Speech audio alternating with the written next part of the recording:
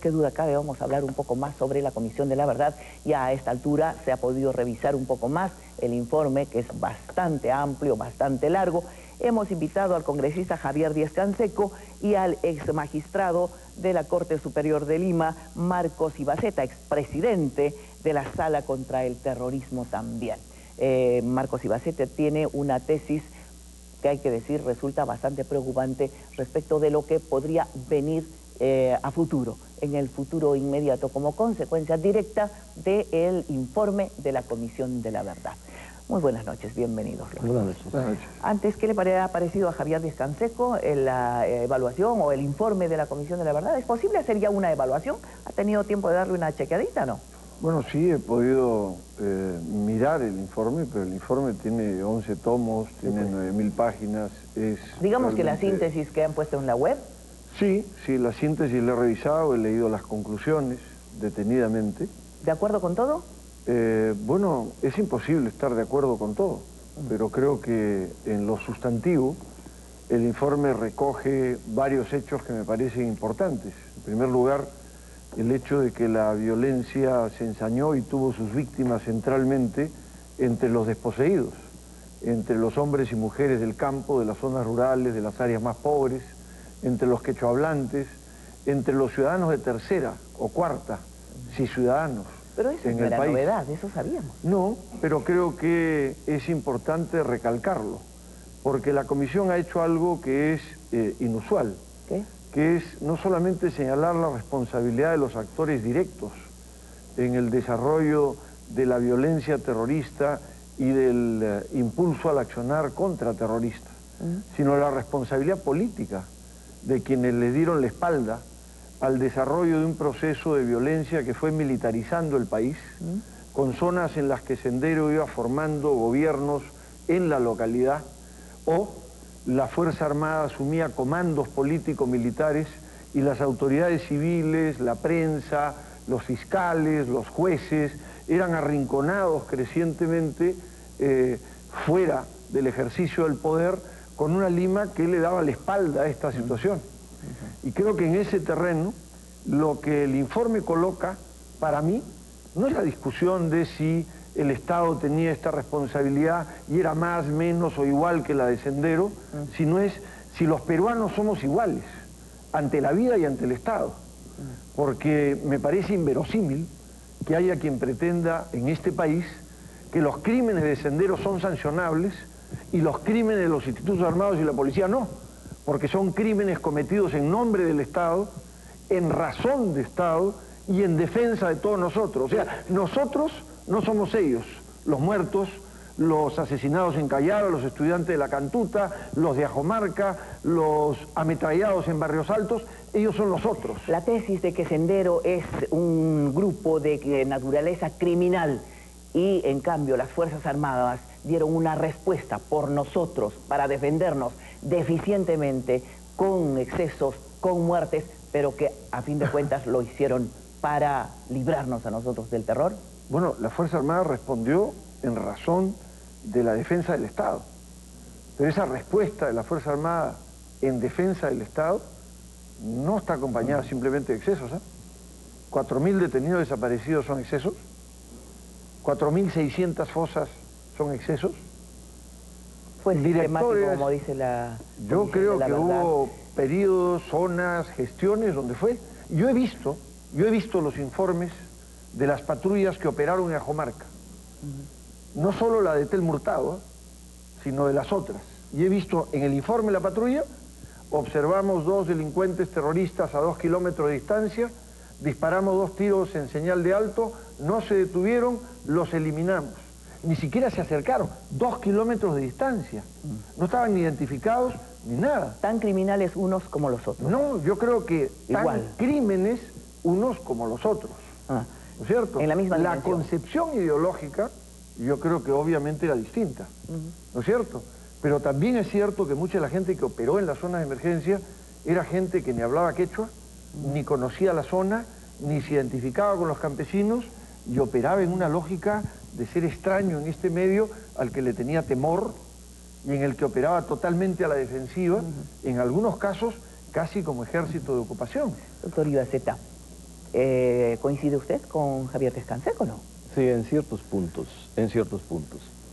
Hubo un movimiento violentista, digamos irracionalmente De naturaleza criminal. violentista, ¿verdad? Igualmente.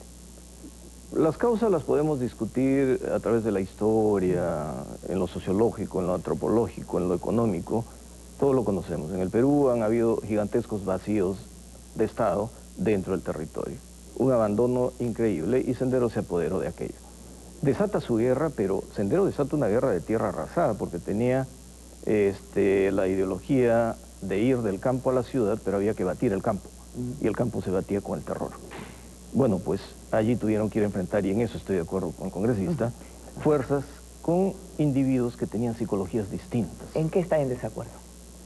En lo que estoy en desacuerdo es verlo desde una perspectiva de la Comisión de la Verdad, de una acción de Sendero, de una reacción del Estado, y ver el tema de la presunta impunidad para las Fuerzas Armadas y la persecución de Sendero. No. En principio hay que establecer lo siguiente, que todo lo que constituye delito no puede quedar impune. Pero hay que cuidar las generalizaciones. ¿Hay delitos y delitos distintos unos de otros? No, en la tipicidad hay delitos mayores, hay delitos menores, no todo declara la pena, pero lo que constituye delito y está sancionado penalmente tiene que ser objeto de juzgamiento. Ahora, ¿Las muertes se juzgan igual de un lado que de otro o no? se juzgan igual, Vale, claro igual. que sí, pero allí viene el tema donde se manejan atenuantes, se manejan eximentes, pero también se manejan agravantes. Eso se verá en cada uno de los procesos porque finalmente no se juzga el hecho, sino el hecho en función del estado psicológico del ¿Merecen individuo. atenuantes las muertes de las Fuerzas Armadas? Bueno, en cada proceso se analizará el estado psicológico, las circunstancias de peligro, el miedo, ¿verdad? Y la naturaleza del hecho mismo. La razón al que de se enfrentaba y la modalidad de este tipo de conflicto, donde era típico, ¿no? Era típico, tremendamente atípico. Entonces, ahora ya se produjo el informe La Verdad y hemos estado conversando mucho sobre los comisionados y sobre la Comisión de la Verdad. Pero esto es como un dispositivo legal. Cuando el Congreso produce una ley, ya no nos interesa qué pensó el juzgador, nos interesa la razón de la ley. Ahora ya se produjo el informe de la Comisión de la Verdad y tenemos que reflexionar serenamente sobre la razón del informe hacia el futuro, cómo se va a desarrollar o va a estimular una política de Estado que tiene que ser coherente, ¿no? Ahí está el problema. ¿Cuál es el problema exactamente? O perdóneme, ¿concuerda con tal cosa Javier Descanseco? Sí, yo concuerdo con que el elemento central del informe es a dónde vamos. Ajá. ¿Y vamos a alguna parte...? Si vamos a un país de ciudadanos o no, donde somos iguales ante la ley, donde respondemos frente a instituciones que actúan conforme a la ley y a los derechos establecidos y somos tratados igualmente. Porque yo sí creo que hay atenuantes en todo hecho criminal. Cuando yo vi, por ejemplo, a una de las jóvenes en la embajada japonesa, cuando estuvimos secuestrados, y la veía viendo las telenovelas en lugar de los noticieros, yo me preguntaba qué nivel de conciencia tiene lo que está haciendo. ¿No es cierto? Me preguntaba, ¿es la misma la responsabilidad del que ha encabezado esto y lo ha dirigido que la de esa chica que era menor de edad y estaba embarazada y estaba en la operación? Es decir, o había también un atenuante. Yo creo que lo había, ¿no es cierto? O sea, creo que... Entonces, esto es un tema tremendamente complejo, porque aquí han intervenido hasta gente que ha sido secuestrada de niño, ¿no es cierto? Y ha sido enrolada en determinadas filas y orientada de una determinada manera. Qué terrible, ¿no? O sea, que... Sobre este mismo tema yo quisiera agregar lo siguiente. Cuando hemos hablado de atenuantes, al juzgar nosotros casos de terrorismo, hemos diferenciado perfectamente el grado de responsabilidad y las condiciones personales y el principio de coculpabilidad. Estamos hablando de acusados de senderismo y condenados por pertenecer a Sendero, por actuar por Sendero. Pues cuando se habla de la Fuerza Armada hay que hablar igual. Si alguien ha cometido un hecho delictuoso, en su juzgamiento, una vez individualizado, se manejarán estos criterios. ¿Usted tiene una tesis respecto de que el informe de la Comisión de la Verdad va a poner en problemas al país? Sí, sí. ¿Por qué? No dije va a poner. Podría poner. Podría poner. Pongámoslos en condiciones. Me remito a lo que dije hace un momento, ¿verdad? Cuando se produce una ley, ya lo que se busca es la razón de la ley y cómo se interpreta la ley en función de los hechos. allí ya no nos interesa la voluntad del legislador, del autor de la ley. Ya tiene vida propia. Tiene vida propia. Este informe ya tiene vida propia. Los comisionados pueden decir lo que quieran a partir de ahora. Pero ya está escrito, está hecho. Entonces, ahora tenemos que pensar como Estado, cuál va a ser la estrategia de Sendero. A ver. ¿Cuál va a ser la estrategia del MRTA?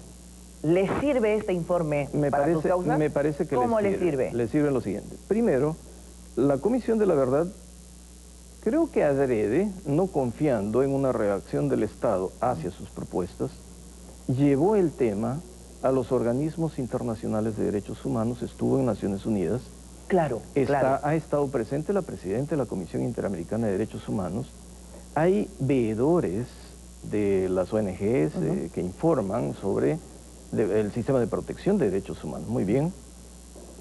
¿Qué ocurre cuando se denuncian violaciones de derechos humanos? Si el Estado no actúa, la presión va a venir desde fuera. Cuando ¿En qué sentido, perdón? De hacer efectivas las responsabilidades que contiene este informe. Al Estado le van a exigir que haga efectivas las responsabilidades que se señalan en el informe. O sea que ¿qué está usted pensando que va a pasar? El gobierno no tiene mucho tiempo, no puede darse mucho tiempo para analizar y después escabullirse, ¿verdad? Ya el contenido del informe está en el sistema de protección de derechos humanos a nivel internacional, por lo tanto, acá ya no pensamos en un gobierno, sino como Estado. Y aquí ¿Excarcelación de terroristas? No es carcelación, pero sí un avance en su guerra política, porque, recuerde usted... Les dan un estatus mayor, beligerante. Pero claro, ellos tenían como estrategia el ser reconocidos como presos políticos. Con lo que hay en el informe, a grosso modo, están a un paso. Ahora habría que revisarlo con detenimiento, ¿verdad? Y cuáles van a ser las consecuencias. Recuerde que cuando nosotros advertíamos, cuidado que hay dos precedentes en la Corte Interamericana que nos van a derrumbar todo el sistema. El normativo, el marco normativo, el judicial, y se van a fortalecer en el tema carcelario. Yo no lo decía porque tengo ganas de que a los presos se les masacre, ¿verdad? Debe haber un orden. Como abogado, ex magistrado, estoy consciente que la pena tiene que rehabilitar o socializar mientras es posible aquello, pero debe haber un control efectivo de que se puede incluir en la sociedad a quien no está enfermo. ¿Le puedo preguntar a Javier Díaz Canseco si encuentra comparte ese temor? ¿Encuentra ese peligro? Discrepo radicalmente. ¿Cómo así? En primer lugar, porque las convenciones de Ginebra, que son las que establecen las leyes de la guerra y la posibilidad del estatuto de ser fuerza beligerante, tienen determinadas condiciones que el doctor Iraceta debe saber. La fuerza tiene que estar uniformada, tiene que distinguirse de la población civil, tiene que tener control efectivo de territorio, tiene que respetar determinadas normas, no puede eliminar civiles, no puede secuestrar, no puede... Para adquirir ese estatus, dice usted. Por supuesto, son parte de las condiciones que establece ese elemento. Y el terror como tal está excluido de toda posibilidad de acción. Y Sendero es esencialmente no un movimiento violentista, es un movimiento terrorista. La forma como obtenía el resultado político era vía el terror. Oiga, o sea, el informe ha encontrado que el informe dice tal cosa, porque en todo momento se dice el Partido Comunista del Perú, Sendero Luminoso, y luego se dice que tenía hacía acciones terroristas, que tenía un proyecto terrorista. Clarísimo. Me temo que no dice. La Comisión de la Verdad ha encontrado que el Partido Comunista del Perú, Sendero Luminoso, se expresó como un proyecto militarista y totalitario, características terroristas, en innumerables ocasiones. ¿Eso es suficientemente determinante? Para mí es clarísimo. ¿Sabe por qué?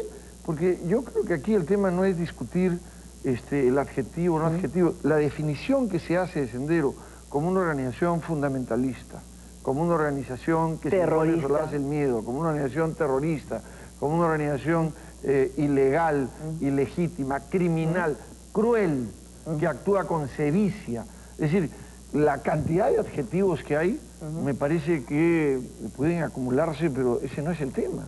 El tema es que, me parece a mí, esto está totalmente fuera de la posibilidad de pretender ampararse como organización, en el sentido de ser fuerza beligerante. Por supuesto, cualquiera puede ir a un organismo internacional y decir, estoy indebidamente detenido, estoy preso en condiciones inaceptables, estoy procesado sin el debido proceso, etcétera. ¿Lo convenció?